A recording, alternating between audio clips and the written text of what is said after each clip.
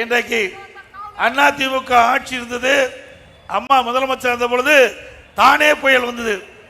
இந்த கடலூர் மாவட்டத்தையே புரட்டி போட்டு போயிட்டு அந்த அளவுக்கு கடுமையான சேதம். நகரத்திலிருந்து கிராமம் வரை மரங்கள் அத்தனையும் அடியோடு வேரோடு சாஞ்சு போச்சு. அதை சீர் செஞ்சோம். வேளாண் பெருமக்கள் பெரு நஷ்டத்துக்குள்ளாயிட்டாங்க. முந்திரி தோப்பு எல்லா மரமும் உடைஞ்சு போச்சு. பலாமரம் உடைந்து போய்விட்டது. அதற்கெல்லாம் நிவாரணம் கொடுத்த ஒரே அரசாங்கம் அம்மாவுடைய அரசாங்கம். அம்மா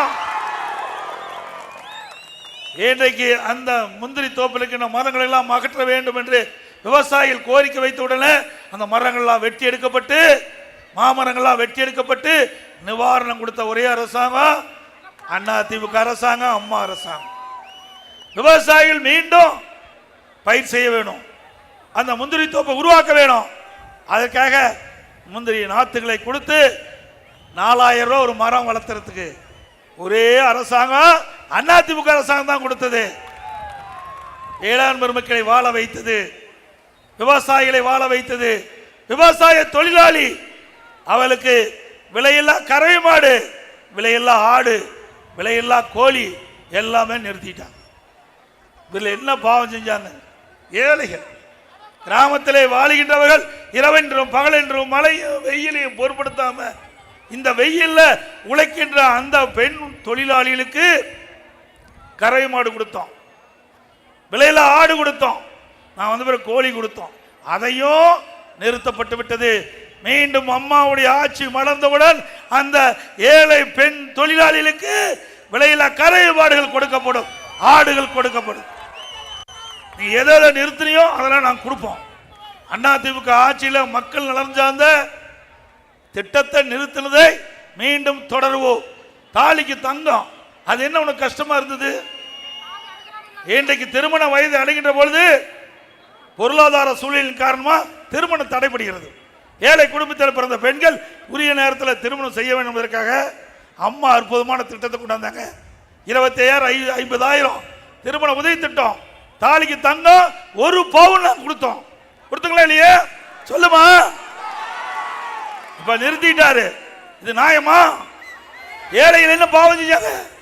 எங்க மேல கோபம் இருந்தா நீங்க பேசுங்க. ஆனா ஏழைகளுக்கு கொடுக்கின்ற திட்டத்தை ஏன் நிறுத்துறீங்க?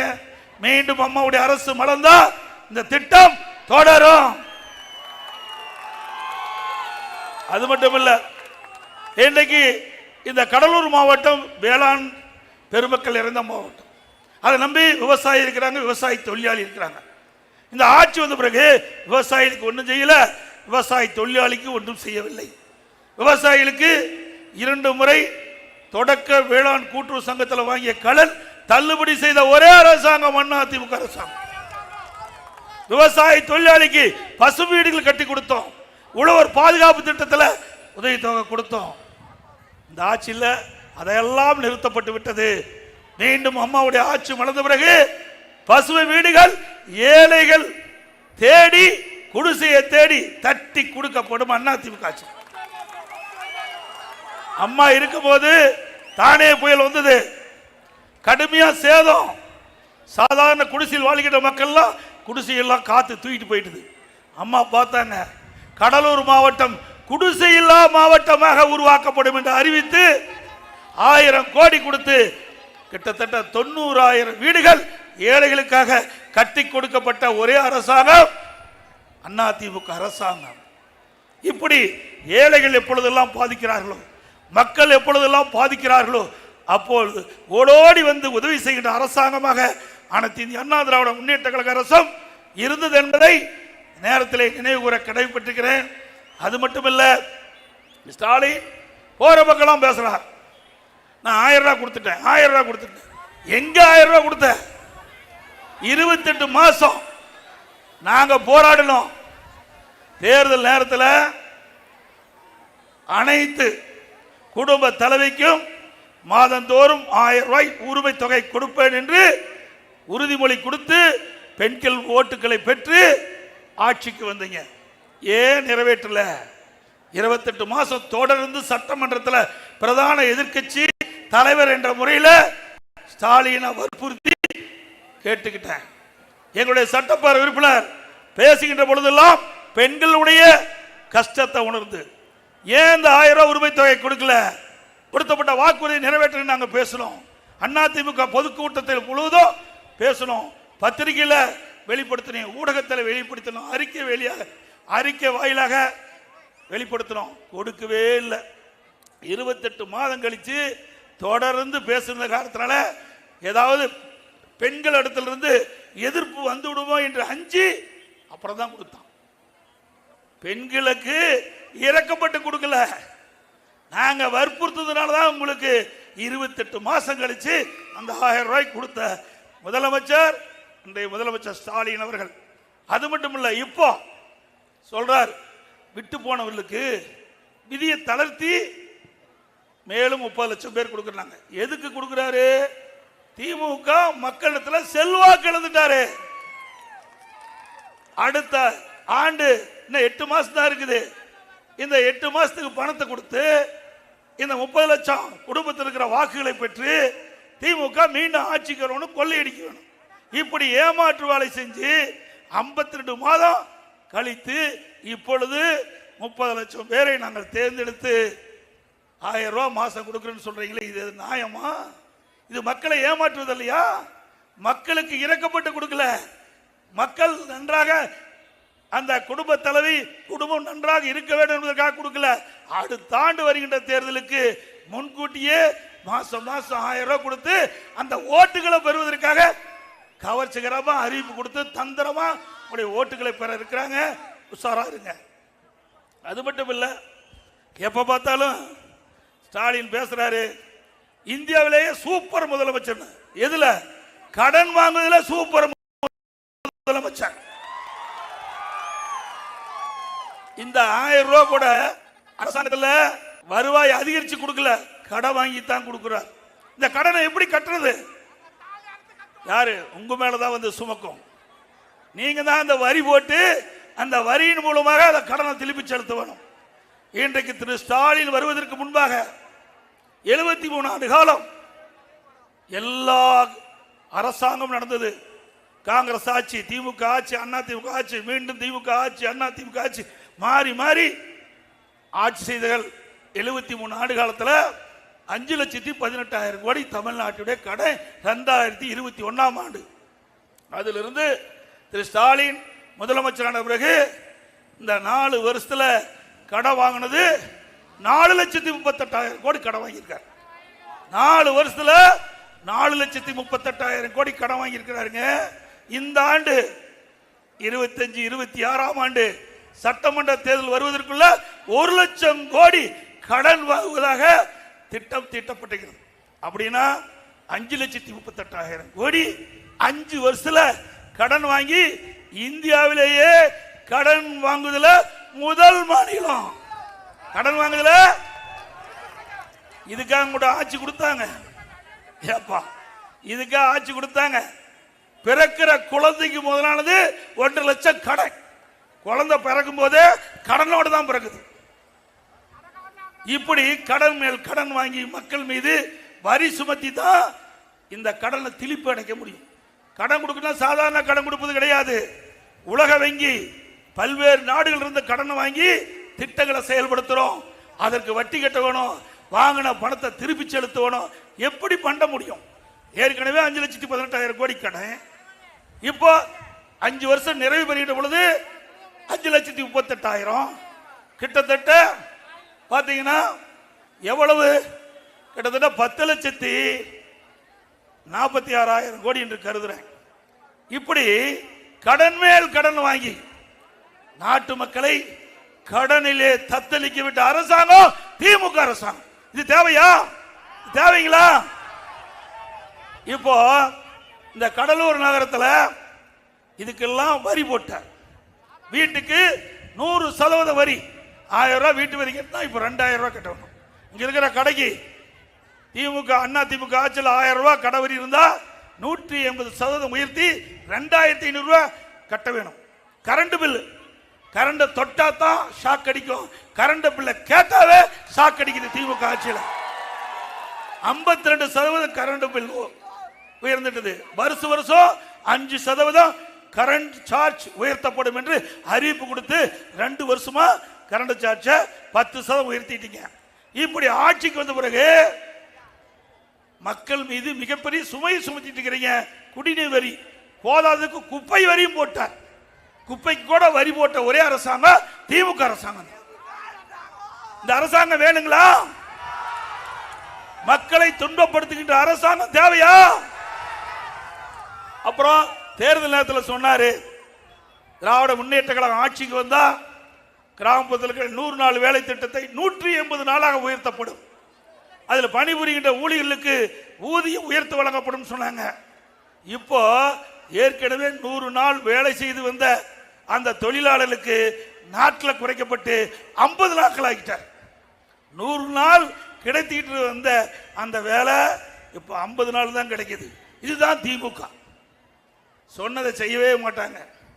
மக்களை ஏமாற்றி வாக்குகளை பெறுவதிலே விஞ்ஞான மூளை படைத்த ஒரே கட்சி திமுக கட்சி, திமுக தலைவர். இன்னொன்னு சொல்றாரு, திமுக ஆட்சியில் நிறைய திட்டங்களை கொண்டாந்துட்டாங்க. தினம் தினம் வருவார், அப்படி கோட் ஷூட் போட்டு வருவார், அப்படியே பத்திரிகையில் வரும், ஊடகத்தில் வரும், ஒரு பேரை வைப்பாரு, அதோட முடிஞ்சு போச்சு. ஒரு திட்டத்தை அறிவிப்பார், அதுக்கு ஒரு குழு போட்டுருவார். இது வரைக்கும் 52 குழு போட்டிருக்கார். 52 திட்டத்தை அறிவிச்சு 52 குழு போட்டு அந்த குழு போட்டா அதோட முடிஞ்சு போச்சு. இப்படி அவல ஆட்சி செய்கின்ற ஒரே அரசாங்கம் திமுக அரசாங்கம். இதையெல்லாம் எதற்காக சொல்கிறேன் என்றால் மக்களுக்கு தெரிய வேண்டும் என்பதை நேரத்தில் சுட்டிக்காட்ட விளைகின்றேன். அது மட்டுமல்ல, அனைத்து இந்திய அண்ணா திராவிட முன்னேற்ற கழக ஆட்சியில் இன்றைக்கு குடிமராமத்து திட்டத்தை கொண்டாந்து ஏரி குளம் குட்டை அனைத்து பகுதியிலும் தூர் வாரப்பட்டது.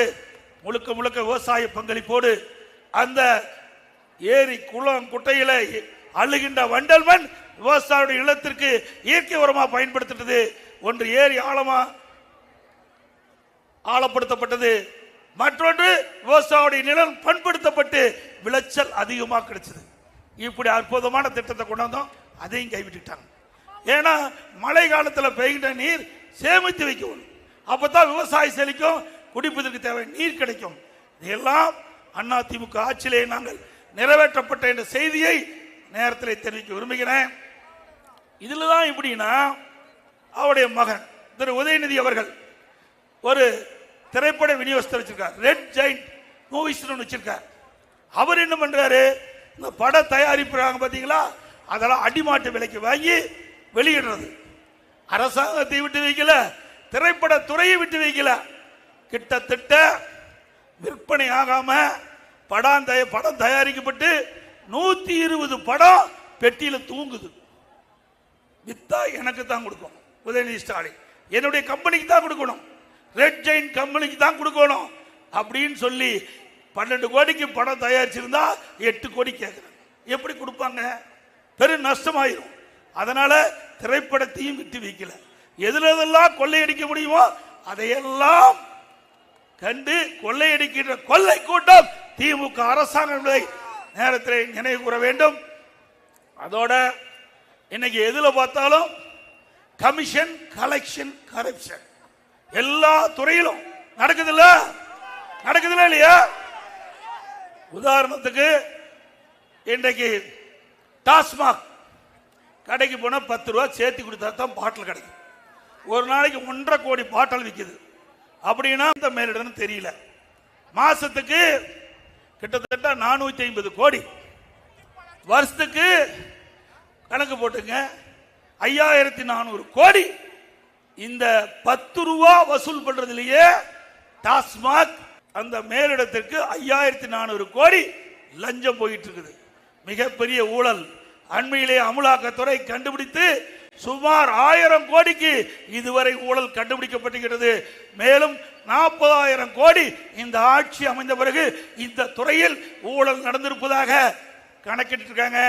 அதெல்லாம் வெளியில் வரும்போது பெரிய பெரிய திமிங்கலம் மாட்டும். பெரிய அது யாரு? நீங்களே முடிவு பண்ணீங்க. அடுத்த 2026ஆம் ஆண்டு தேர்தல் வரும்போது பல பேர் பத்திரமா இருப்பாங்க, இருக்கிற இடத்துல பத்திரமா பாதுகாப்போட இருப்பாங்க. அது வரைக்கும் போடுறாங்க ஆட்டம். உடைய ஆட்டம் பாட்டமெல்லாம் இன்னும் 8 மாசம் தான். 8 மாசம் தான் உடைய ஆட்டம் பாட்டம் இருக்கும். 8 மாதம் கழித்து ஆட்சி மாற்றம் வரும். ஒரு சிறப்பான ஆட்சி அதிமுக அரசு அமைக்கப்படும். அதோட விலைவாசி உயர்வு நீங்க பாத்தீங்கன்னா இன்னைக்கு அரிசி விலை அதிமுக ஆட்சியில் 2021 பச்சரிசி சாப்பாட்டு அரிசி 50 ரூபாய்க்கு ஒரு கிலோ விற்றது. இப்ப 77 ரூபாய்க்கு விற்கிறது. ஒரு கிலோ அரிசி 77 ரூபா. 27 ரூபா இந்த 5 ஆண்டுல 4 ஆண்டுல விலை உயர்ந்திருக்குது. பொன்னி புழுங்கல் அரிசி ஒரு கிலோ கிட்டத்தட்ட 50 ரூபா இருந்தது. இப்ப 72 ரூபாய்க்கு விற்குது. 22 ரூபா அதிகம். இட்லி புழுங்கரிசி 30 ரூபாய்க்கு இருந்தது. இப்ப 48 ரூபா திமுக ஆட்சியில். கடலை எண்ணெய் அதிமுக ஆட்சியில் ஒரு கிலோ 130 ரூபா. இப்ப 190 ரூபாய்க்கு விற்குது. நல்லெண்ணெய் ஒரு கிலோ 250 ரூபா அதிமுக ஆட்சியில். இப்ப 400 ரூபாய்க்கு ஒரு கிலோ விற்குது. துவரம்பருப்பு ஒரு கிலோ 74 ரூபாய்க்கு விற்றது. இப்ப 130 ரூபாய்க்கு விற்குது. உளுத்தம்பருப்பு 79 ரூபாய்க்கு அதிமுக ஆட்சியில் விற்பனை செய்தது. இப்ப 120 ரூபாய்க்கு விற்குது. இப்படி நாம் வாங்கி அன்றாட பயன்படுத்தக்கூடிய உணவுப் பொருட்களுடைய விலை விண்ணை முட்டிக்கிட்ட அளவுக்கு உயர்ந்துட்டது. இதையெல்லாம் குறைப்பதற்கு இந்த அரசு நடவடிக்கை எடுக்கல. எந்த அரசு சிறந்த அரசு என்பதை நீங்களே முடிவு செய்யுங்க. அதிமுக ஆட்சியில் விலைப்பட்டியல கொடுத்திருக்கிறேன், திமுக ஆட்சியில் விலைப்பட்டியல கொடுத்திருக்கிறேன். அப்ப அதிமுக ஆட்சிக்கு திமுக ஆட்சிக்கு ஒப்பிட்டு எந்த ஆட்சி சிறந்த ஆட்சி என்பதை நீங்கள் தேர்வு செய்யுங்கள். உங்களை எல்லாம் வந்து சந்திக்கின்ற பொழுது ஏமாத்தி வாக்குகள் வாங்குவதற்காக அல்ல, நடந்த சம்பவம் சொல்லுகிறேன். இங்க போய் வீட்டில் நிம்மதியா ஓய்வு எடுக்கின்ற பொழுது நான் பேசிய கருத்துக்களை நினைவு கொண்டு அதிமுக ஆட்சி எப்படி சிறந்த ஆட்சி, திமுக ஆட்சி எப்படி அவளாச்சு கம்பேர் பண்ணுங்க. அப்புறம் எங்களுக்கு ஓட்டு போடுங்க. அப்படித்தானே கேட்கிறோம். ஏன்னா மக்கள் பிழைக்க வேண்டும், மக்கள் வாழ வேண்டும். அதுதான் ஒரு அரசாங்கம். அதோட இன்னைக்கு கட்டுமான பொருட்கள் இனி எல்லாம் யாரும் வீடு கட்ட முடியாது. வீடு கட்டுறதா நல்லா இரவுல தூங்கும் போது அப்படியே கனவு காங்கலாம். பெட்ரூமு, பாத்ரூமு, வெரண்டா, ஹாலு அப்படின்னு கனவு காங்கலாம். நிஜத்தில் வீடே கட்ட முடியாது திமுக ஆட்சியில். நீங்க பாத்தீங்கன்னா ஒரு யூனிட் எம்சாண்ட் 2021 3000 ரூபாய், இப்போ 5500 ரூபாய்க்கு விற்குது. கிட்டத்தட்ட ஒரு எம்சாண்ட் ஒரு யூனிட் 2500 ரூபாய் அதிமுக ஆட்சியோட திமுக ஆட்சியில் உயர்ந்திருக்குது. ஒரு யூனிட் ஜல்லி அதிமுக ஆட்சியில் 2000, இப்போ 4500, 2500 ரூபாய் விலை உயர்வு. ஒரு டன் கம்பி அதிமுக ஆட்சியில் 40,000, திமுக ஆட்சியில் 70,000 ஒரு டன் கம்பி. ஒரு செங்கல் 6 ரூபாய்க்கு விற்பனை செஞ்சது, இப்போ 10 ரூபா ஒரு செங்கல். மரத்தை கேட்க வேண்டியதே இல்லை, உச்சபட்ச விலைக்கு போயிட்டுது. சிமெண்ட் ஏழைகளுக்கு யூனியன் மூலமா நகராட்சி மூலமா 190 ரூபாய்க்கு அம்மா சிமெண்ட் கொடுத்தோம். சொல்றாங்க வெளியில 350 ரூபாய்க்கு விற்குது. சிந்திச்சு பாருங்க, 190 ரூபாய்க்கு வித்தது போய் 350 ரூபாய் கொடுத்து சிமெண்ட் வாங்கணும். இப்படி கட்டுமான பொருட்கள் அனைத்தும் விலை உயர்ந்துட்டது. எப்படி வீடு கட்ட முடியும்? சாதாரண மக்கள், நடுத்தர மக்கள் வீடு கட்டிக்கிட்ட நிலையே இல்லை. கனவுல வீடு கட்டி மகிழ்ந்துக்கலாம். இந்த ஆட்சி ஒரு அவலாட்சி என்பதற்கு இதுவே சான்று என்பதை புள்ளி உரத்தோடு உங்களிடத்தில் தெரிவிக்க விரும்புகின்றேன். அது மட்டுமல்ல, நீங்க கேட்டுக்கொண்டிருக்கிறீங்க, இந்த கடலூர் நகரத்தில் மாவட்ட ஆட்சியாளர் அலுவலகத்துக்கு அருகில அதிமுக ஆட்சி இருக்கின்ற பொழுது அறிவிச்சவர் MC சம்பத் அவர்கள் அமைச்சராக இருந்த காலத்தில் ஒரு 18 ஏக்கர் நிலத்தை கையகப்படுத்தி பிரம்மாண்டமான நவீன பேருந்து நிலையம் அமைக்கப்படும் என்ற அறிவிப்பு கொடுத்து அரசாணை வெளியிட்டோம். திமுக ஆட்சிக்கு வந்த பிறகு அதை அமைச்சரவை தொகுதிக்கு கொண்டு போனதாக பரவலா பேச்சு, வேலை ஆரம்பிச்சிட்டதாக எனக்கு வந்த தகவல். இது கண்டிக்கத்தக்கது. கடலூர் நகரத்தில் இந்த பேருந்து நிலையம் அமைச்சாதான் அனைவருக்கும் நலன். நகர மக்களுக்கும் சரி, கிராமத்திலிருந்து நகரத்துக்கு வந்தாலும் எளிதா வந்துட்டு போலாம். நகரத்திலிருந்து 10 கிலோமீட்டர் தள்ளி இந்த மாவட்டத்துடைய அமைச்சர் தொகுதியிலே கட்டுவது கண்டனத்துக்குரியது. ஒருபோதும் ஏற்றுக்கொள்ள முடியாது. திமுக ஆட்சிக்கு வந்தாலே இப்படித்தான் இருப்பாங்க. அவருடைய சுயநலம் தான் முக்கியம். ஓட்டு போட்ட மக்களை சிந்திக்க மாட்டாங்க. அவளுடைய குடும்பத்தை சிந்திப்பார்கள், அவளுக்கு என்ன வருமானம் வருது என்பதுதான் சிந்திப்பார்கள். அது மட்டுமல்ல, மக்களுக்காக அரசாங்கம், அரசாங்கத்துக்காக தான் மக்கள் இருப்பதாக திமுகவுடைய ஆட்சியினுடைய நிலை. மக்களுடைய உணர்வுகளை புரிஞ்சு இதை கைவிட வேண்டும் என்று இந்த கூட்டத்தின் வாயிலாக இந்த அரசை கேட்டுக்கொள்கிறேன். அது மட்டுமல்ல, காலையிலே இந்த பகுதியில் இருக்கின்ற பொதுநல சங்கத்தை சேர்ந்த தலைவர் பேசும்போது சொன்னார், வருகிற 15ஆம் தேதி இந்த பேருந்து நிலை மாற்றத்தை குறித்து இதே இடத்தில் பேருந்து நிலையம் அமைய வேண்டும் என்று ஒரு அறவழி உண்ணாவிரத போராட்டத்தை துவங்கப்படும் என்று சொன்னார். அதுக்கு அனைத்து இந்திய அண்ணா திராவிட முன்னேற்ற கழகம் துணை நிற்கும், ஆதரவு கொடுக்கும். இன்றைக்கு மீனவர்களுக்கு நிறைய திட்டத்தை அதிமுக ஆட்சியில் கொண்டாந்தோம். மீன்பிடி தடை காலத்தில் அதனுடைய 7 நாட்களுக்கு கொடுக்கப்பட்ட வந்த நிதி உயர்த்தப்பட்டது. மேலும் நிதி உயர்த்த வேண்டும் சொல்லிக்கிறீங்க. அதிமுக ஆட்சிக்கு வந்தா அந்த மீன்பிடி தடை காலத்தில் வழங்கப்படுகின்ற அந்த நிதி உயர்த்தி வழங்கப்படும். அதோட டீசல் மானியம் கேட்டிருக்கிறாங்க. ஏற்கனவே டீசல் மானியம் வழங்கப்பட்டு வருகிறது. அதுவும் சூழ்நிலைக்கு தகுந்தவாறு டீசல் மானியத்தையும் மீனவ பெருமக்கள் உயர்த்தி வழங்குவதற்கான நிலை உருவாக்கப்படும் என்ற நேரத்தில் தெரிவித்துக் கொள்கின்றேன். கடலூர் மாவட்டத்தில் அதிமுக ஆட்சி இருக்கின்ற பொழுது கடலூர் மாவட்ட ஆட்சியாளர்களும் 27 கோடியில் கட்ட கொடுத்தோம். இங்கே காவிரி கூட்டு குடி திட்டம் 260 கோடியில் கட்டி முடிக்கப்பட்டு பாதுகாப்பான குடிநீர் வழங்கிய அரசாங்கம் அதிமுக அரசாங்கம். கடலூர் மாவட்டத்தில் அடிக்கடி ஏற்படும் புயல், பெருமழை, பெருவெள்ளம் போன்ற இயற்கை சீற்றங்களை மின்தடை அடிப்படை ஏற்படுது. அதனால பூமிக்கு அடியில் இன்றைக்கு கேபிள் புதைவிட மின் கேபிள் பதித்து எந்த புயல் மழை வந்தாலும் மின்தடை ஏற்படாம அதிமுக ஆட்சியில் இந்த திட்டத்தை கொண்டாந்து நிறைவேற்றப்பட்ட அரசாங்கம் அதிமுக அரசாங்கம். கடலூர் மாநகரத்தில் குறைந்த மின்னழுத்தை தவிர்க்க கடலூர் செம்மண்டலத்தில் ரூ.60 கோடி மதிப்பீட்டில் புதிய துணை மின் நிலையம் ஒன்று ஏற்படுத்தி கொடுக்கப்பட்டது. கடலூர் மாநகராட்சி பகுதியில் 43 கோடி ரூபாயில் மழைநீர் வடிகால் பணிகள் நிறைவேற்றப்பட்டுகின்றன. கடலூர் போக்குவரத்து நெரிசலை குறைப்பதற்கு சுமார் 18 கோடி மதிப்பீட்டில் கடலூர் முதல் மேல்பட்டாகம் வரை கஸ்டம்ஸ் சாலை புதிதாக அமைக்கப்பட்டது. கெடிலம் ஆற்றில் சுமார் 16 கோடி மதிப்பீட்டில் தடுப்பணை அமைக்கப்பட்டது. கடலூர் அரசு மருத்துவமனை 8 கோடி ரூபாயில் அவசர சிகிச்சை பிரிவு மற்றும் டயாலிசிஸ் பிரிவு கொண்டு வந்து அந்த ஏழை மக்களுக்கு தேவையான மருத்துவ சிகிச்சை அளிக்கப்பட்டது. அதோட அந்த கடலூர் அரசு பொது மருத்துவமனையில் மகப்பேர் மருத்துவமனை 10 கோடியில் கட்டி கொடுத்த அரசாங்கம் அதிமுக அரசாங்கம். மீனவர்கள் பாதிக்காமல் இருப்பதற்கு தூண்டில் விளைவு 10 கோடியில் கட்டி கொடுத்திருக்கிறோம். இப்படி பல திட்டங்கள் அதிமுக ஆட்சியில் கொண்டு வந்து என்பதை நேரத்தில் தெரிவித்து, அதோட இங்கே துறைமுகம் இருக்குது. இந்த துறைமுகத்துக்கு அதை விரிவுபடுத்துவதற்காக நவீனப்படுத்துவதற்காக 150 கோடி அதிமுக அரசு இருக்கின்ற ஒதுக்கி இன்னும் அந்த பணி நிறைவேறாம அப்படி ஆம வேகத்தில் இருக்குது. அது கண்டனத்துக்குரிய என்பதை நேரத்தில் தெரிவிக்க விரும்புகின்றேன். அதோட திராவிட முன்னேற்ற கழக ஆட்சியில் அண்ணா நிறைய திட்டங்களை கைவிட்டுட்டாங்க. அதிமுக ஆட்சியில் கொண்டு வரப்பட்ட பல திட்டங்களை கைவிட்டுட்டாங்க.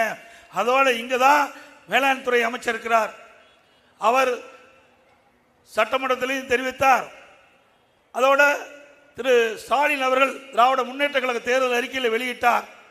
கரும்பு விவசாயிகளுக்கு ஒரு டன் கரும்புக்கு ஆதார விலையாக 4000 ரூபாய் கொடுக்கிறார்.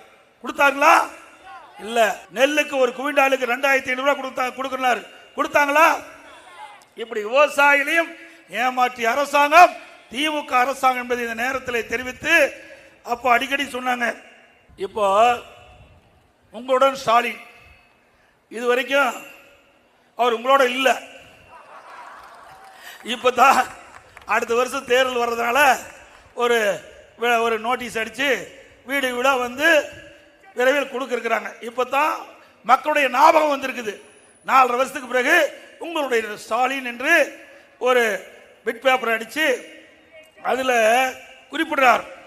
தொழில் வரி விதிப்பு, புதிய தொழில் உரிமம் புதுப்பித்தல், குடியிணைப்பு, அடிப்படை வசதிகள், பிறப்புச் சான்று, இறப்புச் சான்று, புதிய சொத்து காலிமனை வரி விதிப்பு, பாதாள சாக்கடை திட்டம் இணைப்பு, சொத்து வரி பெயர் மாற்றம், கட்டிட அனுமதி, இப்படின்னு நிறைய கொடுத்திருக்கிறார். எப்போ 4.5 ஆண்டு காலம் இந்த மக்கள் மீது அக்கறை வராத ஒரு முதலமைச்சர் இன்றைய முதலமைச்சர். நாம சொல்லல, ஏன் இத்தனை வருஷம் செய்யல? ஓட்டு போட்டு தேர்ந்தெடுத்த மக்கள் ஏன் நீங்க மறந்தீங்க? அந்த மக்களுடைய பிரச்சனை நீங்களே சுட்டி காட்டியிருக்கிறீங்க. நாங்க ஒன்னும் எதிர்கட்சி என்ற முறையில் நாங்க சொன்ன வேண்டும் என்று எடப்பாடி பழனிசாமி பேசலான்னு சொல்லுவீங்க.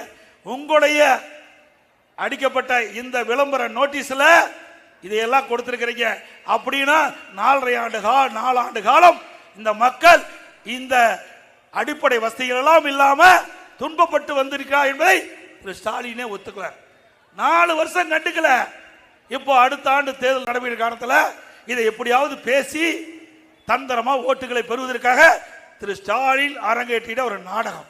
இதே போல எதிர்கட்சியா இருக்கும்போது ஸ்டாலின், நான் முதலமைச்சர் இருந்தேன், அவர் எதிர்கட்சி தலைவர் இருக்கும்போது ஊர் ஊரா போனார், நகரத்தில் வார்டு வார்டா போனாங்க. முதலமைச்சர் போனார், துணை முதலமைச்சர் இருக்கிற துணை அமைச்சர் உதயநிதி போனாங்க, திமுக சட்டமன்ற உறுப்பினர், திமுக முன்னாள் அமைச்சர், அங்கே ஒரு திட்டு கண்டா பெட்ஷீட்டை போட்டு அமர்ந்து அந்த ஊர் மக்கள்லாம் கூப்பிட்டு உங்களுக்கு என்ன குறை இருக்குது, அந்த குறைய ஒரு தாள் எடுத்து எழுதி ஒரு பெட்டி வைக்கிற பெட்டிகளை போடுங்க, பெட்டியை பூட்டி சீல் வச்சு நான் எடுத்துக்கிட்டு போய் திமுக ஆட்சிக்கு வந்த உடனே சீலை உடைச்சு பெட்டியை திறந்து அந்த நீங்க கொடுத்த மனுவை படிச்சு பார்த்து தீர்வு சொன்னாங்க. இப்ப என்ன ஆச்சு? இவ்வளவு பிரச்சனை இருக்குது. இதை எல்லாம் தானே எழுதி பொட்டியில போட்டாங்க. இப்ப சாவி தொலைஞ்சு போச்சு, ஸ்டாலின் தேடிட்டு இருக்கார். சாவி தொலைஞ்சு போச்சு, ஸ்டாலின் தேடிட்டு இருக்கார். ஆக எப்படியெல்லாம் மக்களை ஏமாற்றுகிறார் என்பதை மக்கள் உணர வேண்டும். அத்தனையும் பொய். அது மட்டும் இல்ல, வீடு வீடா வந்து உறுப்பினர் திமுக உறுப்பினர் சேர்த்துறார். இதுவரைக்கும் தமிழ்நாட்டில் எந்த கட்சியில யாரு வேணாலும் உறுப்பினர் சேர்த்தலாம், விரும்பலாம், அப்படித்தான் இருந்தது. இந்த விருப்பப்பட்டவங்க அந்த கட்சியில சேர வேண்டும்னா அந்த கட்சியுடைய படிவத்தை வாங்கி பூர்த்தி செஞ்சு கொடுப்பாங்க. ஆனா திமுக மக்களுடைய செல்வாக்கு இழந்துட்டாங்க. திமுக உறுப்பினர் குறைஞ்சு போச்சு. வேற வழி இல்ல, வீடு வீடா போய் கதவை தட்டி பிச்சை எடுக்கிற மாதிரி கதவை தட்டி என் கட்சியில சேருங்க, திமுக கட்சியில் உறுப்பினர் சேருங்க. அப்படி சேரலினா உங்களுக்கு மாதந்தோறும் கொடுக்குற 1000 ரூபாய் நிறுத்திடுவேன், முதியோருக்கு 1000 ரூபாய் பென்ஷன் கொடு, அதையும் நிறுத்திடுவேன். அதோட ஏதாவது நலத்திட்ட உதவி பெற்றீங்களா அதுவும் நிறுத்திடுவேன். இப்படி மக்களை மிரட்டி இன்றைக்கு திமுக கட்சி உறுப்பினர் ஆவது வெட்கக்கேடு. ஆக இப்படிப்பட்ட ஒரு கட்சி இருக்குதுன்னா அது தமிழ்நாட்டில் இருக்கிற திமுக கட்சி தான். ஆகவே மக்கள் செல்வாக்கு இருந்திருக்கின்ற கட்சி, மக்களுக்கு துரோகம் விளைக்கின்ற கட்சி, மக்கள் விரோத ஆட்சி, மக்கள் கொதித்து எழுந்து கொண்டிருக்கிறார்கள். அதையெல்லாம் அறிந்துதான் இப்படிப்பட்ட திட்டத்தை தீட்டி மக்களை அணுகி மக்களை ஏமாற்றி வாக்குகளை பெற இருக்கிறார் என்பதை நேரத்தில் சுட்டிக்காட்டி இன்றைக்கு ஸ்டாலின் அரசு ஃபெயிலியர் அரசு ஆகி போச்சு. ஸ்டாலின் அரசு ஃபெயிலியர் மாடல் அரசு. ஸ்டாலின் அரசு மாறட்டும், மக்களின் நிலை மாறட்டும், மக்களின் நிலை வெல்லட்டும், இரட்டை இலை வெல்லட்டும், இரட்டை இலை. மக்களை காப்போம், தமிழகத்தை மீட்போம், மக்களை காப்போம், தமிழகத்தை மக்களை தமிழகத்தை மக்களை தமிழகத்தை. நன்றி, வணக்கம். புரட்சி தமிழர் எழுச்சி பயணம் புயலா உருவாச்சே, பல வருஷம் கழிச்சு நினைச்ச கனவு நிஜமா நடந்தாச்சு.